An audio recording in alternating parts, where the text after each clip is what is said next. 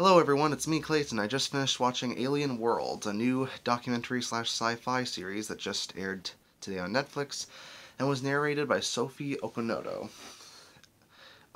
probably. But let's get to the actual documentary series at hand, shall we?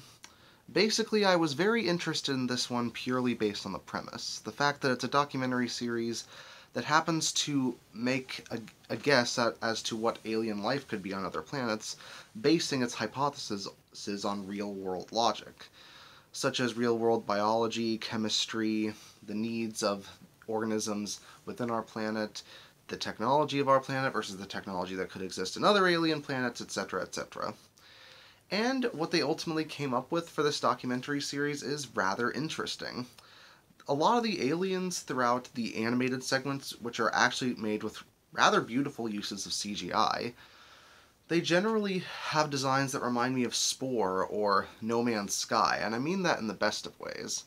In that they're very creative, but they're also clearly based on the fundamentals of real-world animals, but they don't feel like just lazy versions of animals that exist in our world. They feel like they could really exist on an alien planet. Especially considering there's interesting interviews in between each of the animated CGI segments that go over the needs of various animals and how they could apply to alien worlds.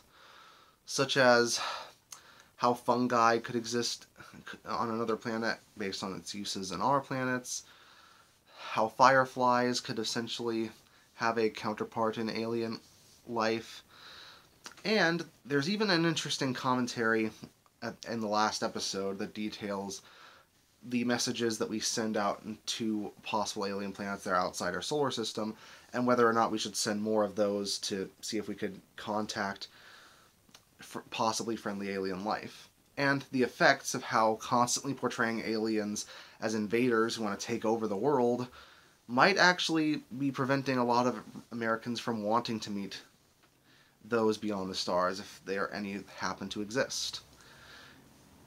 Because we don't know what's outside our solar system. We don't know everything that's out there, or every planet, or every single organism that exists outside of our planet.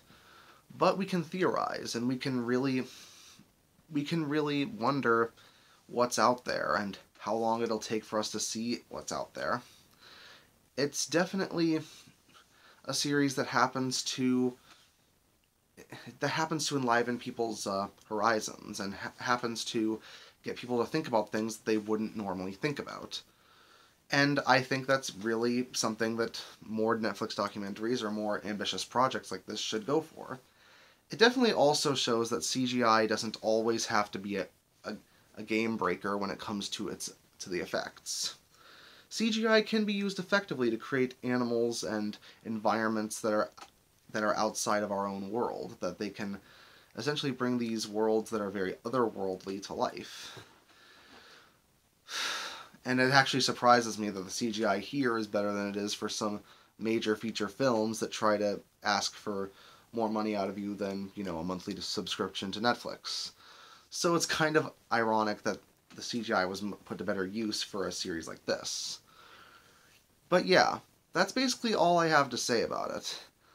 Alien Worlds is an interesting Netflix documentary that's only 4 parts and only about 3 hours of overall content. And in those 3 hours, you get a pretty interesting look as to what alien life could be in the outside world and how plausible it could be that maybe the alien worlds out there won't be too much different from ours in a couple of ways. That's why I'm going to give Alien Worlds an 8 out of 10. See you next time.